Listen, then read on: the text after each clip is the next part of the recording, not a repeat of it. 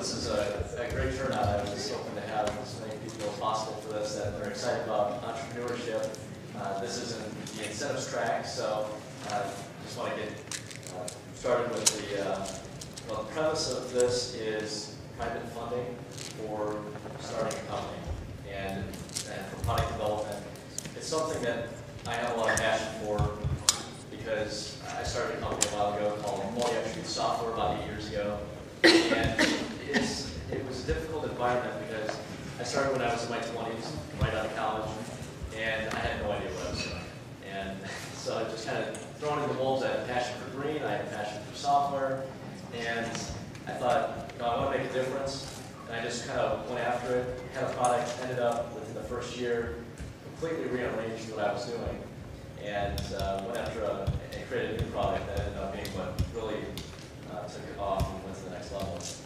My name is Dwight Stewart, and now I have Stewart Equity Partners. I'm a managing member of that, and I have exited my company into about the East Coast because I've gone through the whole process, the whole cycle, and I have started in a basement and worked from just being 2 guys in a basement all the way up to being a 40-person company.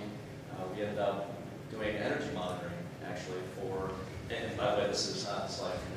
This is Chris will give next. So I'm not a lawyer, so but he's coming. I've moved up to being a national company.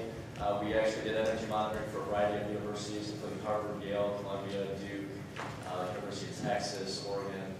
Pretty much every state we had to install. We were monitoring energy for buildings and then bringing it up to a high level, and you could log into a website and see how all your assets were performing, whether it was water, electricity, chilled water, steam. And that, and even U.S. Capitol out in D.C., we were monitoring that as well. It was really exciting, and it was also, in a lot of ways, it's kind of foolish because I tried to do it all myself.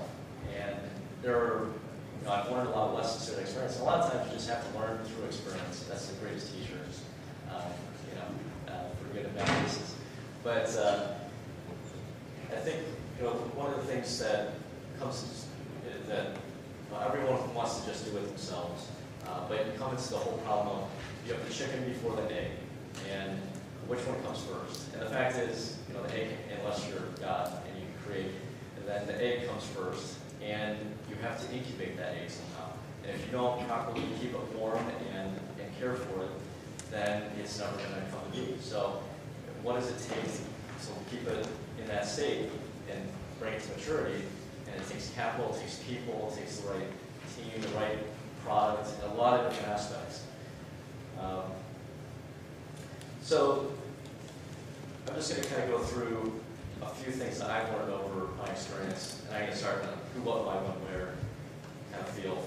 Who, I think, when you think about an investor, and you think about growing a company, nothing is more important than culture. At least that's what I found, is if you build the right team, if you build the right vision, and you have people that understand that vision, grasp it, and they're excited about it, then you're going to have something that just kind of goes on its own.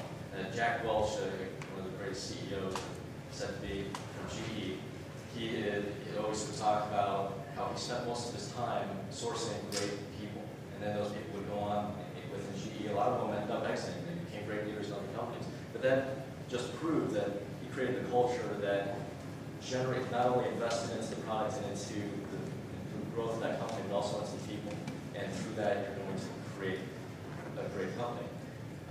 But also what that, when you infuse someone from the outside, an investor, you got to think about how are they going to impact your culture. So you got to spend time understanding those investors and anyone else you bring to your company. But an investor, once they're with you, it's like a marriage. They stay with you, and it's really tough to part with them. So you got to be really certain that they're the right partner for you.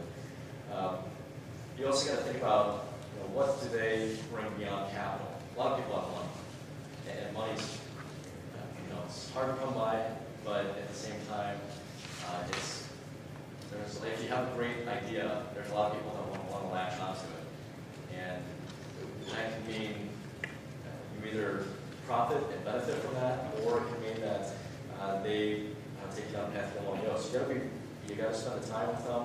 It's a whole important process, it's like marriage once again. And you gotta know your weaknesses. Don't reinforce stuff and skills that you already have. Try to find complementary skills that can fill in the gaps that you have. No one is perfect. Everyone has to be able to admit to themselves. Maybe you don't want to admit to others, but hopefully when you get close enough to a partner and maybe with your business, you're able to freely admit and talk about where you can fill in the gaps. But you recognizing what you're not good at and filling and sourcing others to fill those gaps, being a team, and being able to lean on each other. It's a lot more fun when you're a team and you're able to lean on each other too. And if you find people that have been through those experiences and know how to weather the storms, because there will be storms.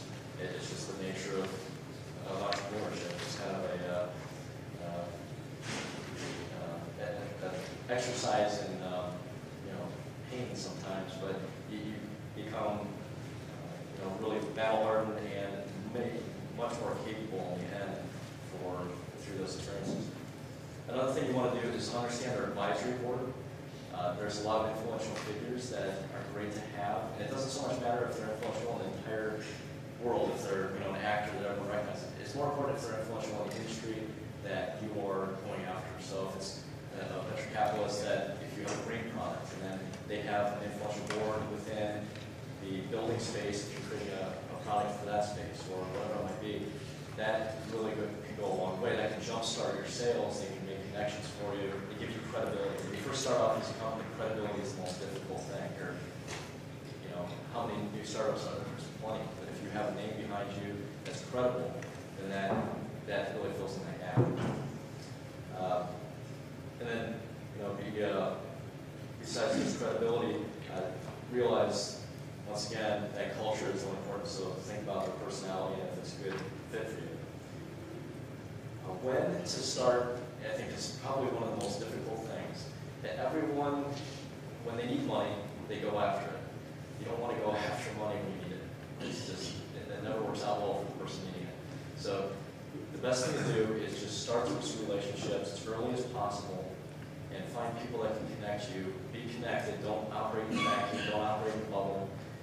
And create those relationships over time, because as those relationships grow, when you find the need for money, you can do it in a more casual way that doesn't seem as abrupt or that you're in a time of need. You can have multiple relationships with many different investors.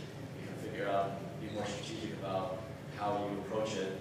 Everything takes time, so even if you do have a great relationship, if you're talking to an M&A team on a Fortune 500 company, you're still talking a year, because it's going to be a due diligence process and many other factors.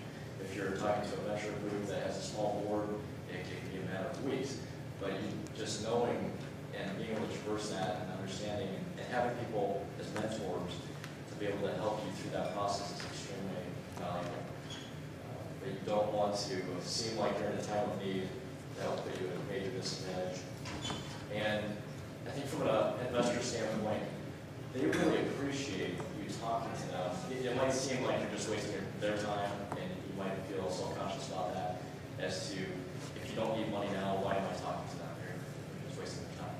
That's not actually true, because they appreciate investing into someone who cares enough to keep a relationship going when they don't need money. They don't want someone that's just there at the moment, looking for food. They want someone that actually cares to have a relationship with them, and then they have a different comfort level when it comes time for that request, and they feel as though this is someone I can trust, because I've known them for a year, and we've talked through a variety of different issues and topics. Why I think is important. Why you get investors. Naturally, I saw a quote that I thought I ended up plastering on my wall that I think drives me as an entrepreneur. The core thing that ticks in all entrepreneurs, the common thread, is that they do whatever it takes. And that kind of goes in the face of why you get investors, because if you do whatever it takes, then you should be able to do it yourself. But doing whatever it takes also is recognizing when it is time to incubate that much further and do what's necessary to keep things going, not risk too much, especially if you have people working for you, you have families that are part of those people. And there's, it's a great thing to be able to create jobs, and you want to be able to not have to shut it if possible. So being able to create that buffer and for a lot of different reasons is great. And also the number one cause of failure for companies is lack of capital. So it's something to be very conscientious of. And where this kind of goes into discuss the details. Anything that's really important to you, you need to get out in the open. Don't be shy with investors. If you have things, but don't be hard-headed either. You're going to have to be flexible. Both sides need to give and take, but you have to. And it's like everything, it's a balance. It's a difficult balance to describe.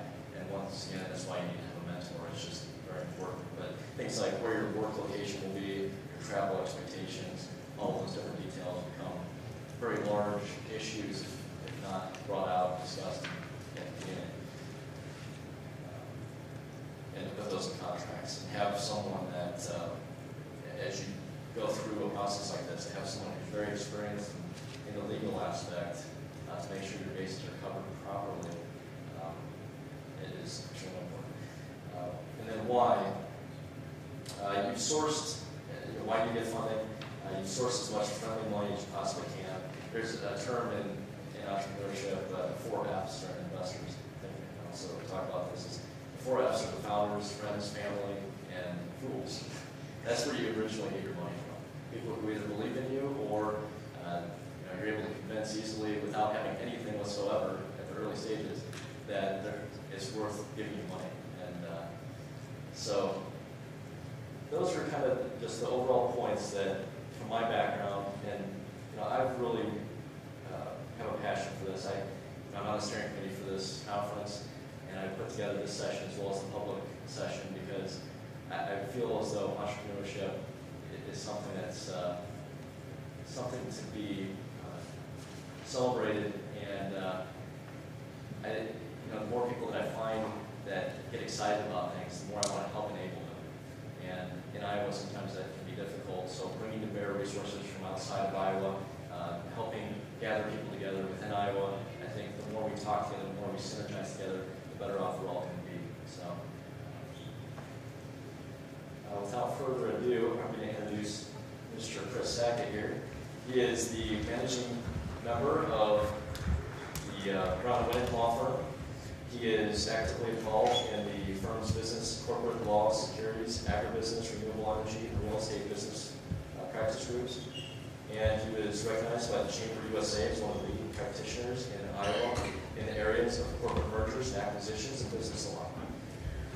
He is more than just a lawyer. He partners with his clients on adding value to their business and helps in transactions that take part in providing a productive and results-oriented approach. And I'm trying to skim through here, just maybe points. He helps with joint ventures, real estate transactions, manufacturing, supply chain transactions, franchise dealer distribution issues. And then he is also magna cum laude from Central College. He received his BA there and his GD with distinction from the University of Iowa. And I've also worked with him on various occasions, and he's become a partner for me in a variety of things. So without further ado, Chris Sackett.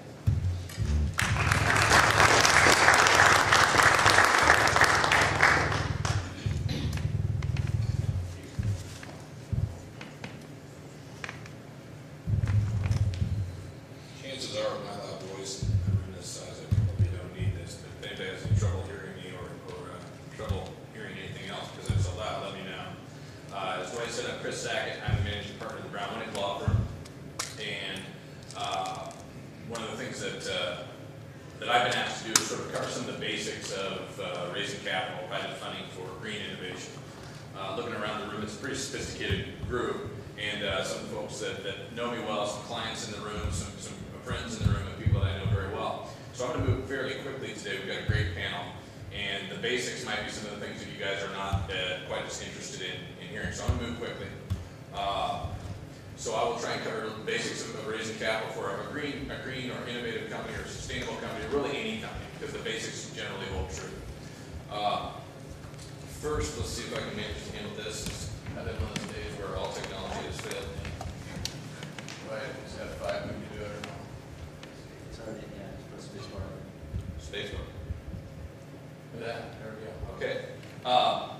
Brown Lake is a local law firm. We have between 50 and 60 lawyers and practice primarily in a business setting. Business and transactional is the focus of our practice, although we're full service.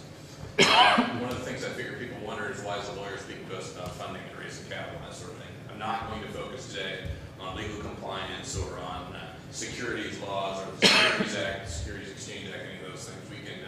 We can bore each other sometime talking about that if you'd like to, and if we work together on a deal, we probably will have to talk about some of that. But rather, what I want to talk to you about are some of the business aspects that also touch on the legal aspects of raising capital. And one of the themes that you're going to talk about is the importance of forming your team, internal and external, very early on in your business. And it's important in funding, it's important in planning, it's important in executing. And your attorney is part of that team. And your attorney, in my mind, needs to be an attorney who understands the business aspects of what you're doing first and foremost, because those will drive your success in funding, those will drive your success in business, drive your success in execution, all of those things. So that needs to be the focus. And another thing I'm going to talk about as sort of the second major theme is the importance of connectivity and networking and knowing people, not just locally. Locally is important, but most businesses today are not local in nature or not exclusively local. So you need to be, part of your team needs to be people that are focused externally and connected externally. And so that's one of the, I think that's one of the strengths that I bring is the connections and networking and experience in these areas. So again, I'm going to talk about just very, very basics here. Key concerns for all companies in raising capital. I think those are generally true for green and innovative technologies as much as they are for others. Again, that's why I'm going to move quickly. So you need to be prepared, know your business plan, valuations, financials, those things inside and out. I meet with a lot of early stage folks. I'm happy to meet with startups, entrepreneurs, and folks, and they're all across the board on how prepared they are. And some of them have great ideas. I met with a guy earlier this week who really did have a very good idea, but did not have a business plan, did not have an executive summary even, and so he had this great idea, and it was way too soon for him to be talking to a lawyer. And so it was helpful to him, it was helpful to me, and I think I can connect him with some people that can help him. Knowing your audience. Again, I was on the basic side of things, so a little focus here maybe on the basics of raising capital, but early stage seed, angels, that sort of thing. Most of those folks probably are more on the local level, so you do need to have people with connections to them, and you need to know who they are and what motivates them. If they're local folks, that's pretty easy to find out. If they're not local folks, if it's later stage, or if it's somebody from outside the state, from the coast, a VC, you can usually find out the information that you need so that you know what they're interested in. And you want to do that before you even ask them or inquire of them or meet with them, so you don't waste your time or theirs. It's painful to see or to be involved in a meeting with a funding source that has no connection to your project at all. So if we're here today talking about green and sustainable projects, you should be looking at funding sources that are interested in those. And there are a lot of them out there, and you can usually find that. Know your subject matter, competition, that sort of thing. That sort of goes without saying. But savvy investors are going to, of course, ask about those things, and savvy founders and CEOs need to know about those things. The last one is just have quality materials. Business plan being most important. Context, again, is one of the most important things if you're trying to raise private funding. Who are you presenting to? The presentations that folks make at the friends and family stage are much different than the presentations that they need to be prepared to make if they're with a VC or private equity group. And all the way in between. Again, I've already mentioned be prepared and know your audience. I don't mean just be prepared for the abstract angel investor. I mean, be prepared for this angel investor or this angel investor group. Know them, know what motivates them. Maybe know what's been successful for them and what's failed for them. It can be embarrassing to say what you guys really need is this, and find out that they've already had monumental failure with something just like that. So you need to be prepared in that respect.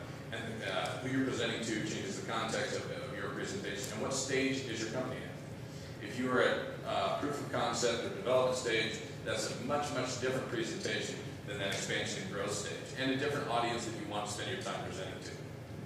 You're going to hear from Trevor in a little bit. It's really neat. He and I had lunch yesterday. We talked about Flywheel and the stage and types of companies they're looking for, And it's really neat because it's earlier stage of what we tend to hear from here in Iowa. And we talked about it, that's a niche that we need to hear from and we need to present to. Because if you're looking for VC funding and you're presenting to a VC that has no interest in early stage, it's a waste of your time and theirs.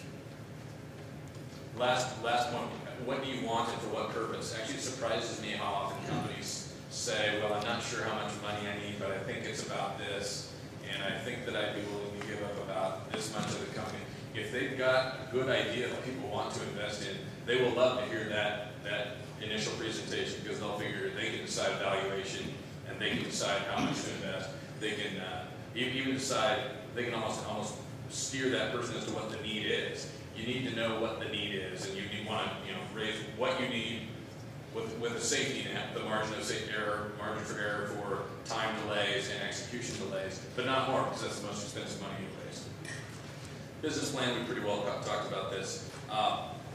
It's critical for raising capital. More importantly, it's critical for running your business. And the number of people that I hear that have good ideas but no business plan is startling. And I think with such a mentoring, connected, helpful group of people that we have in Iowa, we need to not be shy and be very direct with those folks about the first thing you need to do is get your business plan started and your executive summary. I mentioned I had a recent meeting with someone who had a good idea, but for the first 25 minutes, honestly, I didn't. I knew what space it was in.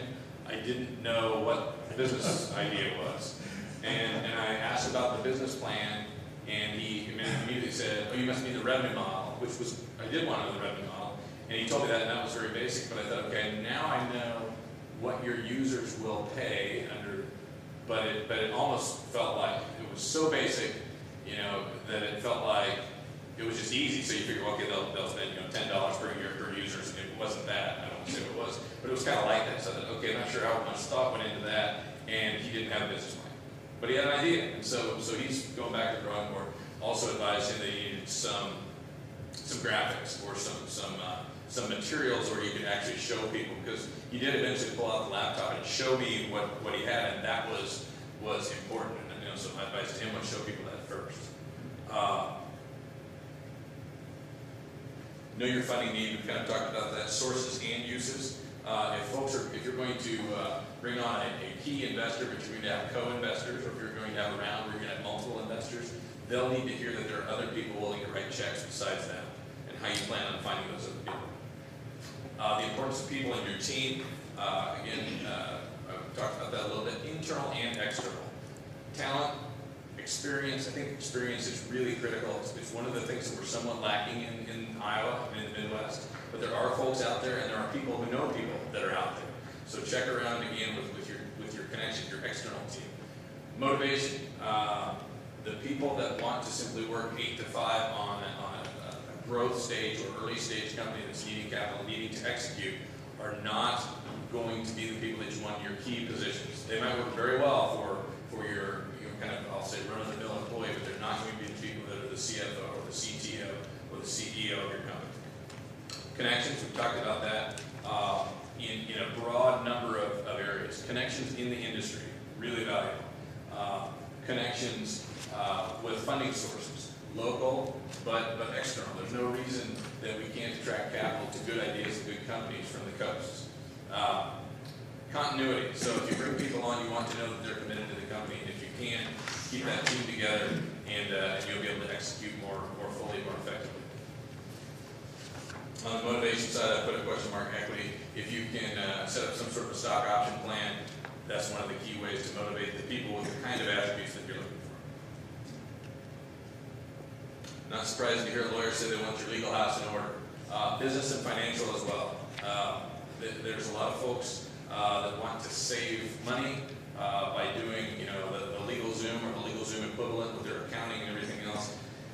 It's trouble, especially if you have a company that you really think that you believe in and can succeed. Yet there are also firms like our firm has a specific program now for startups where we have kind of some flat fee pricing, kind of an a la carte menu of things where we can get the basics, where people think, oh, I just need the basics, I'll grab off the legal Zoom. Well, I can tell you, this is just an example, but we've been with companies who did the legal Zoom thing or did it themselves, And then they did succeed, and now they're looking to raise that $1 million, $2 million, $3 million.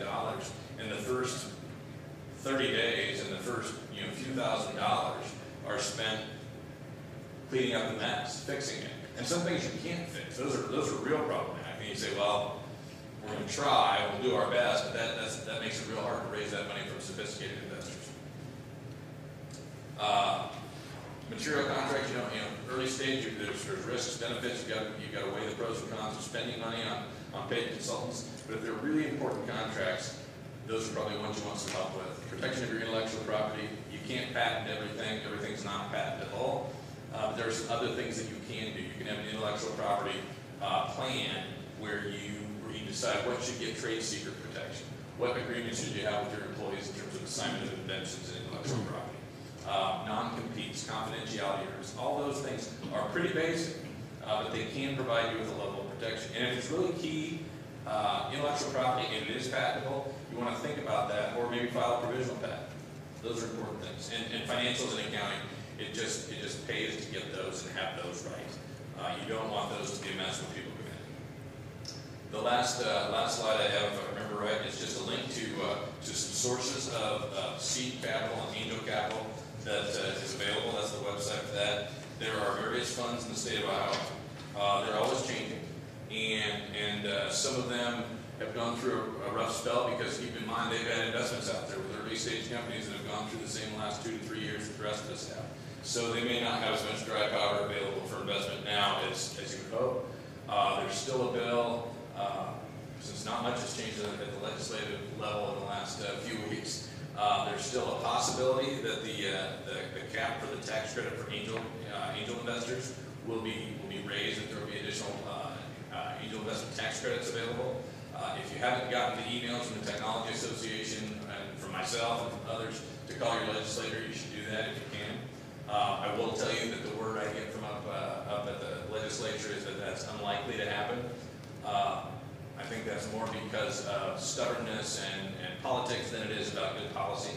But maybe we can make it happen, because that stimulated a round of angel investment and seed capital funds being formed 10 years ago, 12 years ago, whatever it was, and then they hit the cap, and so that tax credit isn't there. So if we can get that tax credit available again, I think it will stimulate it again.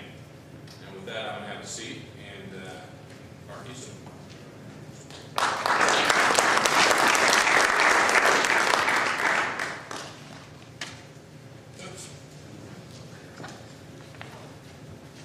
Visions of that scene from What Naked Matters.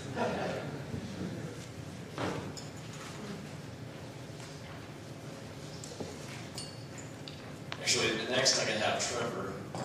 He is a VC that is from New Mexico, and he has come all the way here to talk about what it's taken for him to get to this point and what his perspectives are. He has 15 years in venture investing, entrepreneurialism, and operating experience in a variety of technology ventures. He focuses on investments in semiconductors, software as a service, and digital services. He's a board member of the National Ventures Capital Association, and also serves on a variety of other boards for investment companies that he has. Prior to the creation of Flywheel Institutional Funds, he managed a super angel fund. He has been a key member of the team that built the Stanford Technology Ventures Program, the Entrepreneurship Center at Stanford School of Engineering. He holds a BS in electrical engineering, an MS in electrical engineering, and an MS in management science and engineering, all from Stanford University. He also studied at Stanford's Center for Technology and Innovation in Kyoto, Japan, and Hong Kong University of Science and Technology. You guys hear me okay? I'll be quick. I'm not going to use slides, and Mark, you want to put your slides up there, that'll buy us some time. I'm just going to make a couple of comments. First of all, it's an honor to be here. I grew up less than a couple hundred miles from here, just on the other side of the border in central Illinois. So I'm a Midwesterner. Everybody I'm related to by blood lives within 50 miles of the small town I grew up in, except me. And so I'm sort of the black sheep of the family, up to the West Coast, or land of fruits and nuts, as my family calls it. And I got stuck in California for about a dozen years doing, started at Intel and then did 3 venture-backed startups. two of which were successful. Exited for a couple $100 million, which was nice. The third, I funded myself and lost everything.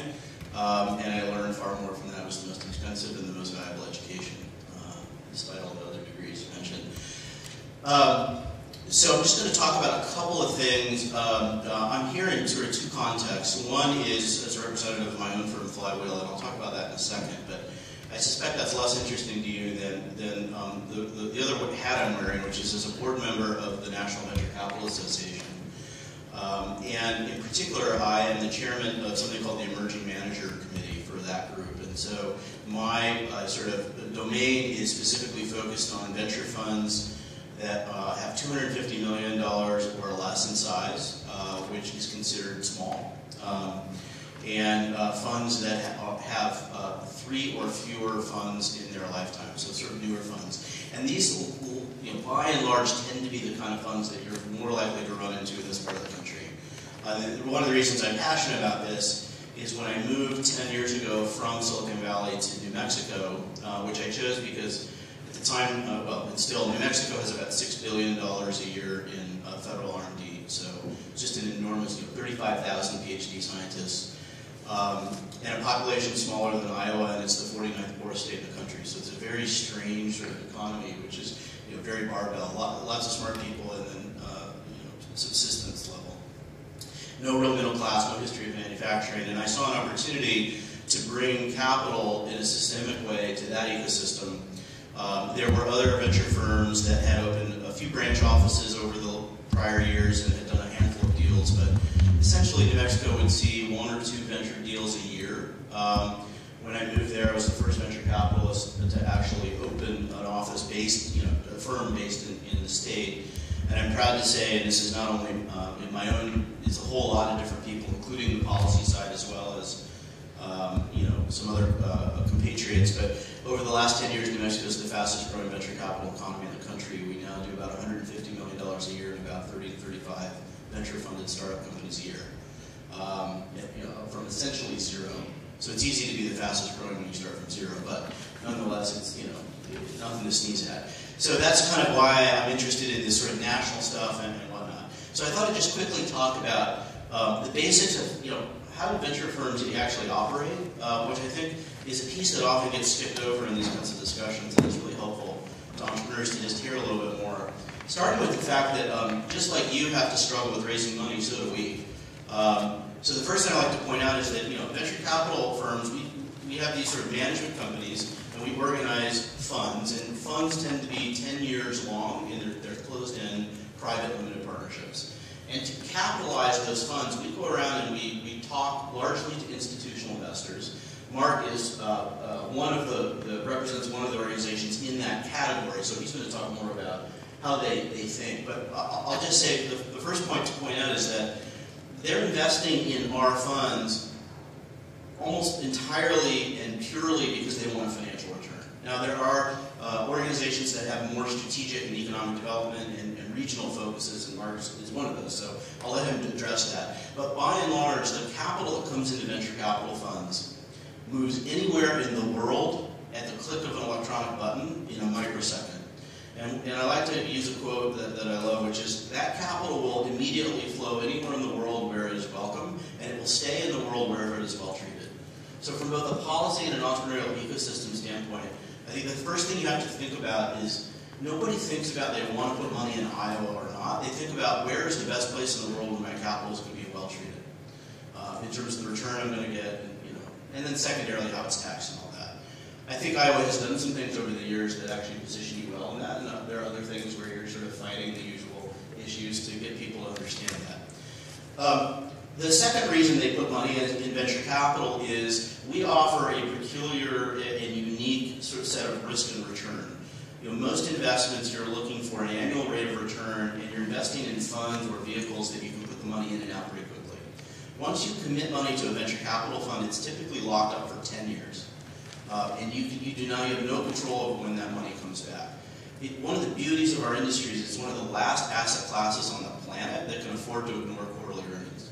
And I think that's really one of the keys to the strategic value in the American economy, is the presence of the venture capital asset class It's actually tiny. If you look at, hedge funds now are a couple $1 trillion a year asset class. Venture capital is running on the order of 15 to 30 billion, depending on which year. And it's tiny. It's like 0.2% of the US GDP. And yet, over the last 30 years, companies that have received venture capital backing from American companies that receive backing from American venture capital investors have produced companies that now employ over 11% of the entire private sector workforce in the U.S. and represent over 20% of the private sector GDP. And that's all on 0.2% of the invested capital. So the reason why people put money into venture capital is they get this enormous output and bang for the buck. The trick to that is that they get that from a very small percentage of the funds and a very small percentage of the companies. It's what we call a hits-driven business. And in the Q&A, I can talk more about how we try to figure out what the hits are or whatnot. So they put the money into our funds. We then manage the funds. Typically, we're putting 5 to 10% of the fund size in of our own capital. As the funds get very large, like billion-dollar funds, that goes down to maybe 1%. So we do have skin in the game, and typically, it's got to be a decent, majority stake of our own personal net worth, so that we're aligned with our investors. But our own capital is a minority of the capital. And the reason I point that out is we are fiduciaries on behalf of Mark and the other people who tend to put money in our funds. Just to be clear, Mark's not an LP in my fund. I'm just using as an example, but so I don't want no agenda here or anything like that. But the point is that we are making decisions as fiduciary, financial fiduciaries, on behalf of the capital of those investors. And so it's unlike an angel investor, it's not just sort of a whim and a prayer like, oh, that sounds good, let's do it. And that's one of the big differences between an angel investor who's investing his or her own money and a venture capitalist who's doing it as a fiduciary on behalf of institutions. And it just affects the timing, the risk tolerance, all of that. Lastly, then, we take the money and we fund it in companies. We're typically out of an individual fund that itself is raised for a 10-year period. A typical venture firm is going to try to invest in anywhere from about a dozen to maybe 35 companies. There's a handful of outliers who have a strategy where they put more than 100 deals in a fund. We call that in the industry spray and pray. But most of us have a very concentrated sort of basket of eggs, and we like to watch those eggs and help grow them quite closely. I think, then there's a whole set of strategies that go into how we think about growing the value of the companies and working with you as entrepreneurs. I'm happy to talk more about that in Q&A. I'll just summarize it by saying there's 4 areas that we think about and look for. I think this is true generally in the industry, and then I'll specifically talk in with Flywheel. The 4 key areas to think about are the team and the culture, number 1. Number 2 is the market opportunity. Number 3 is the product and the technology. And number 4 is sort of the business model, the financial requirements, and the prospective rate of return on investment. What almost everyone in the industry, what everyone in the venture industry worldwide agrees on is that one of those 2 things is the most important. There's a little bit of a controversy in the industry. A majority of us think the team and the culture is the most important factor. A minority of us think that the market opportunity is the most important thing. What everyone agrees on is that the absolute least important thing is the product and the technology. And that's a message that I like to hit people over the head with a 2x4. And I often say it this way. Ideas are cheap and nearly worthless because they're plentiful. And no matter how great you think your idea is, I guarantee you there's 1,000 other people on the planet that have very nearly that similar idea at the same moment in time. Small carve out an exception here for people who are doing things like they developed a molecule to solve a drug, something like that. I mean, really deep R&D that took 10 years to figure it out. But for nearly all of the companies that are in this room and in Iowa and that are going to be funded by venture capitalists this year, the uniqueness of your idea is the least important thing from the investor standpoint. By the way, you probably heard the names of 2 really successful firms, Kleiner Perkins, which has done Amazon and Google and Netscape and all that, and then Sequoia Capital, which did Yahoo and Cisco and Google and whatnot. Sequoia is probably the best firm of all time, and Kleiner is probably the number 2. Sequoia very much believes market opportunity is more important than team, and Kleiner very much believes team is more important than market opportunity. So clearly you can be successful either way, you just need to know what you're doing, but everyone agrees that your idea is the least important thing. So I'll kind of end with that and turn it over to Mark to talk a little bit about his perspective as somebody who puts money into these things. Thanks, Trevor. That was great. I'll try to be quick here. Mark is the portfolio manager of the Iowa Fund of Funds. He is, which is managing Cimarron Capital Partners. Prior to joining Cimarron, Mark was manager of business finance and Oregon economic and community development. And now he has been, Mark is a director of the former president of the National Council of Development, Finance, and Agencies. He received a Master's of Public Administration degree from Arizona State University and a Bachelor's of Science degree in Economics from the University of Idaho.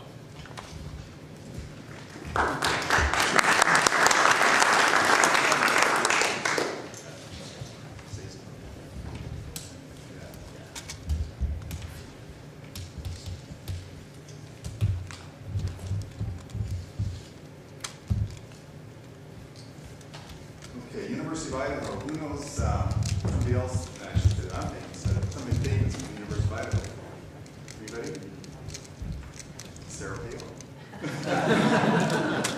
So I graduated. Does that apply to like 6 universities? So it was like 6 universities. She graduated. So I thought, I think I graduated with her. It's a nice school, about 6,000 kids, whatever. So I went back and looked up, and she graduated 12 years after I did. So I'm old. Yeah. Okay, let's talk about the fund of funds, and I've got about 10 minutes or so. Okay, so let me get through this. The fund, the Iowa Fund of Funds. First of all, as many of you know, Iowa is not a real strong state in venture capital. There's not a lot of venture capitalists here. I think generally it would be categorized as a flyover state. So 10 years ago or so, leaders in the state, the governor and the legislature, instituted the Iowa Fund of Funds, recognizing that there was this need for additional venture capital, and probably more importantly, venture capitalists to be in the state and talk to entrepreneurs and people that are looking to either start their business or grow their business. So they did this through the Iowa Fund of Funds, and I'll go through the sort of mechanics of it because I think it's important to kind of see the mechanics of it. But who governs it is a group called the Iowa Capital Investment Corporation. It's a nonprofit that's named in statute. These are the board members, Dennis Murdoch, John Riegler, and Tim Herman. They're all business people that are in Iowa. Iowans, they do this on a volunteer basis. And they oversee the Fund of Funds operation. And we are the hired managers, Cimarron Capital. I am in Iowa here. I live in Des Moines and have an office in Des Moines, and the rest of the folks, we're sort of a virtual office, and we manage Fund of Funds in other states and other areas, and so they're located elsewhere. So that's the team. Okay, Fund of Funds, and Trevor kind of talked a little bit about this, but let me give you a sort of pictorial of a Fund of Funds structure. And a fund of funds, so it's a fund, a big fund that ends up investing into individual venture capital funds or private equity funds. So we have in Iowa about $60 million in capital. Ultimately, we will have about $60 million in capital available to the Iowa Fund of Funds. And we're on the right-hand side with the State Development Finance Agency, if you will. Pension funds, foundations, wealthy individuals, family offices also would invest in fund of funds. It isn't where this is managed through the state, if you will, or sponsored through the state. There are many other private fund of funds, and so this is the structure of fund of funds. And the idea of a fund of funds is like any investor, you want to diversify your investment portfolio. So we will invest in private equity, which would be later stage investments. That could be through a small business investment company, a mezzanine fund, growth fund, lower middle market buyout fund, that kind of thing. Or more on the venture capital side, earlier stage investing, and that can be in types of industries. And a lot of the companies on this side will focus on an area of expertise, and that could be in software, computing, clean tech. There's a number of clean tech funds that are out there. that focus on that medical, biotech, business, financial services, that kind of thing. So that's how a fund of funds is generally structured and how it is in Iowa. Okay, Trevor talked about this structure, but just to kind of reemphasize it, we are a limited partner in each one of those funds that we invest in. So there are a number of other limited partners, and they are all investing for return on investment. And we have one addition, and we're an investor just like all the other limited partners in any fund we invest in. And so we're looking for, number one, return on investment, and return on investment to the state and to the Iowa fund funds. And I'll talk a little bit more about the additional feature that we have for the Iowa fund funds. And then on the right-hand side is the general partner, which would be Trevor or whoever else is managing either the private equity fund or the venture capital. Again, some of the sort of basics of this. Okay, so what are our goals? Our first goal is to bring talented venture capitalists to Iowa with capital and expertise. And I think, again, capital is important, but what's really important is the expertise that these individuals bring in their area, and that they can help substantially grow a company. I think Trevor talked about venture capital being sort of this really unique type of investment vehicle. And venture capitalists can really take a company from here to here and have the expertise to do that. They're investing in the company, they take an ownership position in the company, they know the industry, they know a lot of people in the industry, and they also have the capital to continue to make investments in the company. So venture capitalists really are uniquely positioned, if you will, to grow companies substantially. So we're looking to build the venture capital industry in the state and the risk capital in Iowa using, and this is important to me, using the industry's model. This is how the industry operates in this limited partner, general partner structure. Some states set up venture capital when they're interested in having the state operate just a venture capital fund. This is really building on the industry structure to do that. We use private sector benchmarks and as culture rate of return on investing. We look to minimize operating costs and our financing costs. And ultimately, we want to operate this program with minimal or no cost to the state, and potentially we will earn profits to the state through the fund structure. Okay, a little bit more about the detail. So, we've been operating for about 6 years, 7 years, and we make investments not only in different types of sectors, but we make investments over time. It's important to diversify not only by those sector specialties, but by vintage year, so that we may make 1 or 2 or 3 investment commitments per year. So we spread that diversification over time. So far, we have committed to 7 funds, $35 million. And these funds draw capital as they need it. So they've drawn, at the end of last year, about $22 million in capital through the Iowa Fund of Funds. And the funds we've invested in are Prologue Capital.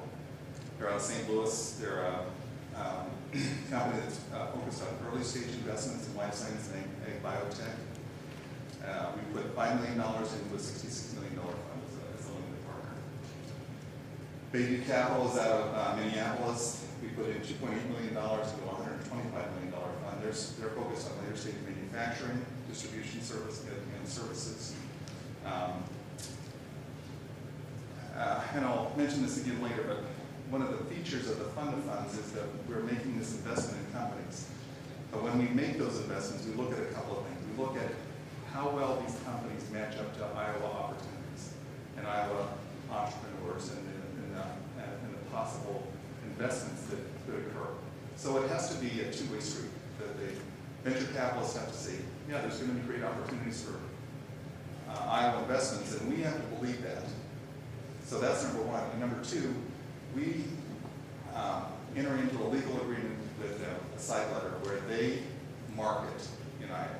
They spend time and effort at the management level. Some of them set up offices here. They will have a substantial calling program, for example, to Iowa entrepreneurs if they're not located here in the state. So AU, for example, they have a very strong local calling program for Iowa. Village Ventures is located out of New York and Boston. We put $5 million into a $125 million fund focused on early stage investment in technology and software.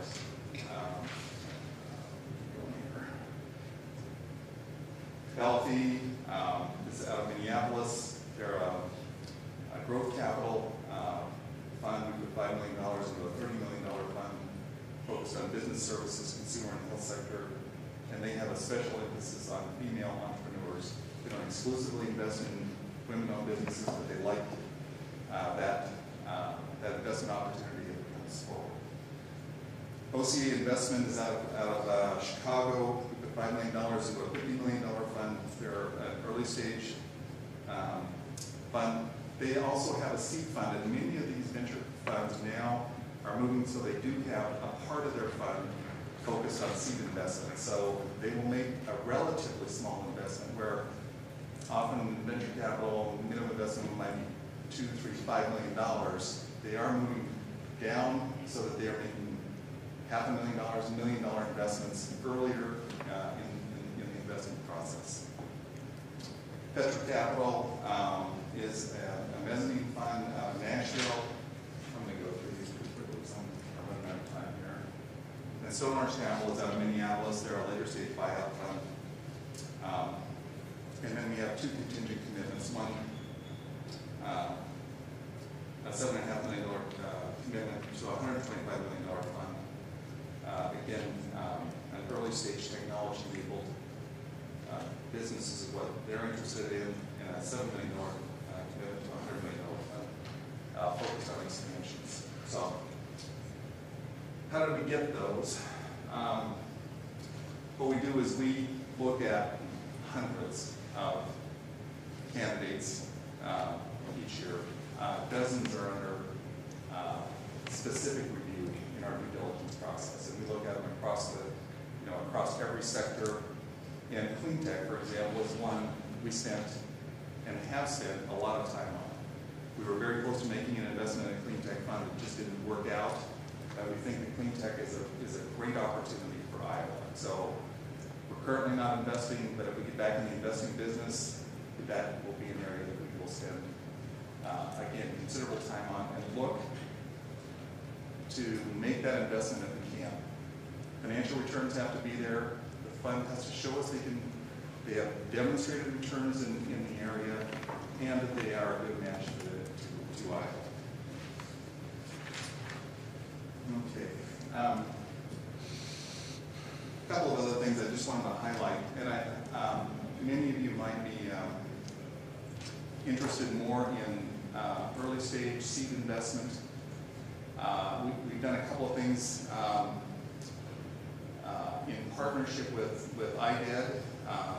Doug Lewis is over here from IDED. Have you changed your name yet? My name is still Doug. Still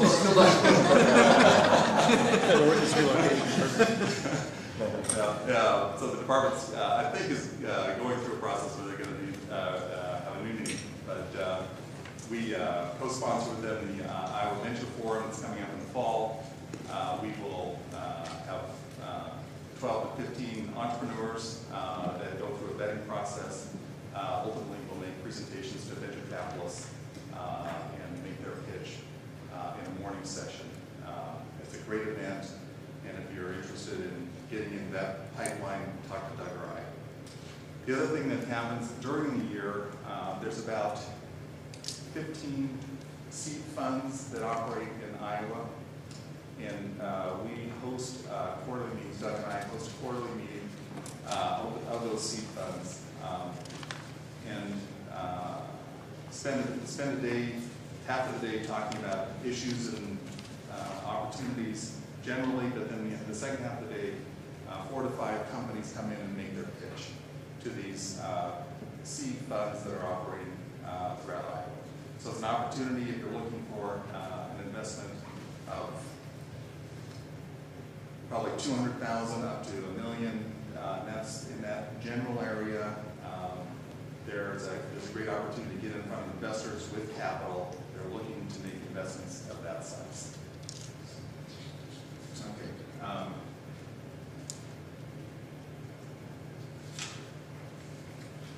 Let's see here. I can go through some of our investments, that kind of thing, but I think that's probably the major items that I wanted to talk about. I'm kind of running out of time, so I want to get to questions. And I guess my final point is that we're involved in the venture capital business. We see a lot of the seed funds around. If you have a business plan, have an opportunity looking for capital, talk to me, talk to Doug. There's a lot of other people you can talk to. One of the things that, from our standpoint, we're connected to a lot of venture capital companies that we both invested in, and then we're just very knowledgeable about the venture capital industry in general through our firm. And so, if it isn't one of the companies that we've invested in, we will look to give you a warm introduction to a venture capitalist or two or three that might fit your need, and also on the seed capital side. So that's it. Thank you.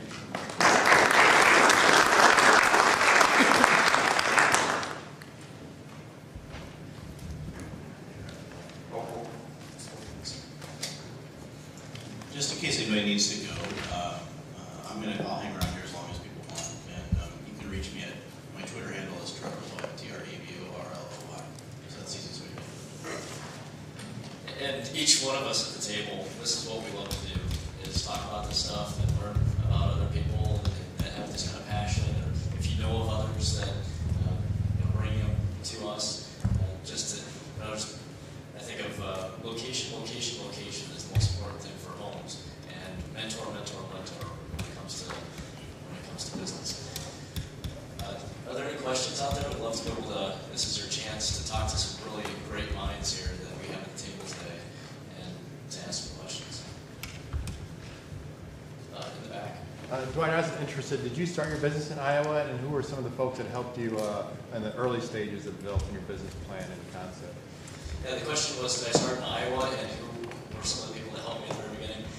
I met my business partner at Iowa State University in a stat class, and a couple years later we got together and ended up forming the company in Ames. We stayed there the whole time, and it was a great environment for it because there was a lot of, when you're in an environment that has an incubator, a university that has an incubator attached with it, we didn't really utilize that, but it also just shows that there are students that are passionate. There's technology development, there's intellectual property development happening, there's an aura about that, and that kind of fed into us where we were able to benefit from students that were in the various programs that just got really excited.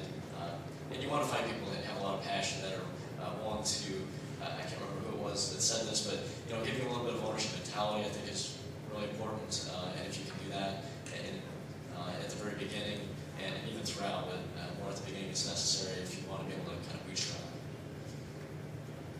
Anyone else? This is for Trevor. Do you meet with many entrepreneurs and actually advise them not to raise capital? I mean, there's a lot of talk about raising money. So two thoughts. On the numbers, generally venture firms see anywhere from a few hundred to several thousand deals a year and invest in less than 10. Flywheel's numbers are we see about 500 a year, we invest in 2 or 3.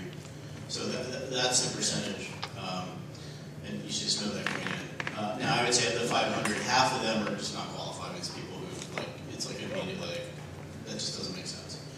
But the 250 that are, I mean that's still a 1% kind of hit rate. So and for that reason, I'm a big believer in saying venture capital is not the answer for most entrepreneurs, and I think.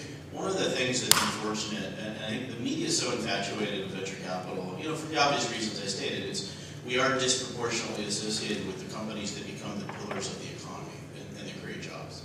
So I don't mean to diminish that. That being said, unless you really have an idea that, even for a fund our size, you've got to have a company that can get to 100 million in revenue in 5 years. And for the bigger funds, the ones I talked about on the West Coast, I mean, they're now in the territory where you've got to be $1 billion company in 5 years. If that's not really truly what you're aiming at, and you're willing to basically bet everything in your personal life on getting to that outcome, then you may want to sort of step back and say, I'm really more of a lifestyle entrepreneur. I want to create, a bootstrap company that allows me to get to, a few million or a few tens of millions of revenue in a year. And there's nothing wrong with that. That's the heart of how this country is held and how, the other 90% of the private sector employees are hired. So I'm a big believer in saying venture capital is not the answer, because the media over-focuses on it because it is sexy. I think too much of conversations like this, don't make that clear. So thanks for bringing it up, because I'm right with you. Can I add something to that? Because I think it's the thing. I've been entrepreneuring most of my career. The thing that I'm finding is that the idea that the VC can cherry pick is, I think, counterproductive to what the economy really needs right now, which is at some point we really need to have a way to provide capital to small and medium businesses that is not so onerous. Because if you're going through this culling process of 1 or 2%, you got a lot of people putting your ideas in front of you. You get the free exposure to these ideas, and these companies, the ones that aren't being funded, could be very viable. So the thing I'll put, so emotionally and philosophically, and from a policy standpoint, I agree with you. The data does not bear out that position. The data is quite clear. And Kaufman just put out the most rigorous study that's ever been done on this. The only net new job creation comes from companies in the first 5 years of their creation. Now, that does include both small and large companies, but the only net new job creation in the last 30 years in the American economy has come from companies that scaled to become very large in the first 5 years. So, I grew up in a small town of 8,000 people. My family's all farmers and small business people. So I'm not saying that there's no role for small and medium businesses. They are absolutely the backbone, but they are not the answer to the larger question of American competitiveness in the 21st century. If we only did that piece of it and you didn't also do the venture piece, you wouldn't get what essentially allowed us to come back from the 1980s competition with Japan, which was really the formation of these new IT-based companies. So it's neither either or, and it's a very complicated thing, and I don't think everyone here wants us to go into the policy thing, so we'll take that offline. But I would just say you got to have both. There's a role for scale companies that are going to create thousands and hundreds of thousands of jobs, and there's a role for the smaller companies that are the backbone of especially the smaller communities. So I think that was my comment. Good. Anyone else? I think you're going to be throwing us out here soon. Okay, well, like I said, we're all available, and just come up to us